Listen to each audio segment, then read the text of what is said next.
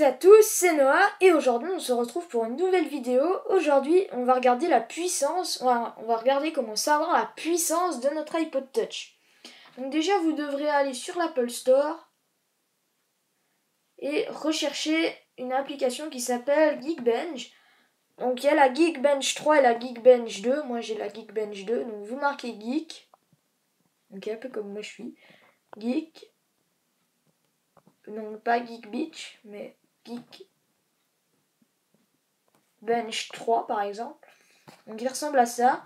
Mais moi j'ai le Geekbench 2 qui est aussi très bien. Puis je l'ai craqué avec PP25. Alors, Geekbench, ça ressemble à l'icône qui est juste à côté de Akinator là. Et dès que vous l'avez, vous pouvez le lancer et on va en fait avoir voilà tout ça, la composition de notre iPod Touch si on le veut. Donc là on a la mémoire, il me reste 540 MB. On a l'Apple A5, la puce A5 donc avec 800 MHz. L'iOS version on est à 7.1.2. L'iPod modèle ID du modèle, l'iPod Touch 5,1 et le modèle iPod Touch 5e génération. En bas vous voyez exécuter les points de référence. Vous allez tout simplement cliquer dessus et vous allez attendre que ce petit chargement se finisse. Bien sûr, ça va aller un peu plus long parce que je n'ai pas beaucoup de Wi-Fi. Là où je suis, j'ai essayé de booster mon Wi-Fi, mais... Aïe, je suis juste un peu mal foutu, moi je suis tout cassé. Et j'ai une chambre, mais en bordel, je vous explique pas. Et aussi pour dire, ça va... Je sais pas si vous avez vu la vidéo de Steven, son iPod Touch 5... Il fait un versus en fait iPod Touch 5 versus iPod Touch 4. Et puis comment on va dire, niveau puissance qu'on va voir après, son iPod Touch 5 était de 625 de puissance, de points, et l'iPod Touch 4 lui en avait 399. Ou 99 si vous préférez. Tout simplement, comment est-ce qu'on va le savoir? Après ce chargement, moi je crois que mon iPod Touch était un peu plus puissant que celui de Steven. La dernière fois que j'ai fait le contrôle, il avait 633. Donc après le chargement, on va voir tout de suite que le Geekbench aura repéré... Putain, ouais, vas-y, va plus vite.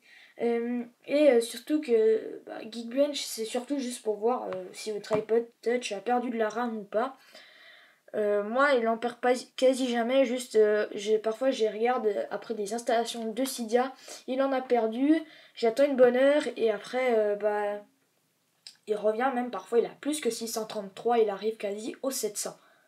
Moi ça me fait plaisir quand je le vois aux 700, ça veut dire que mon iPod Touch est quasi au summum de ses capacités.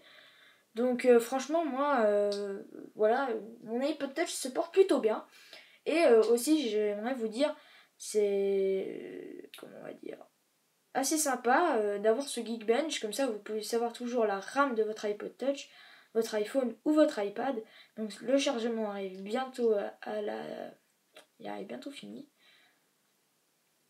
Donc aussi une bonne dernière chose à dire, c'est que dans certains de mes commentaires je lis oula, là il a perdu du score. La dernière fois que je l'ai fait, justement il avait 633, maintenant 421. Donc voilà, je suis assez déçu là, va falloir que je règle un peu tout ça.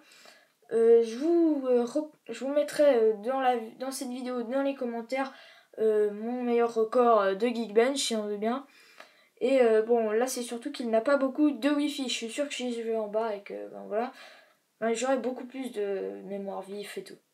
Donc voilà, c'est tout pour cette vidéo. Allez, moi je vous dis à très bientôt pour une prochaine vidéo. J'espère que celle-là vous aura plu. Sur ce, n'hésitez pas à liker un commentaire, à liker et à vous abonner. Merci à tous. Allez, ciao!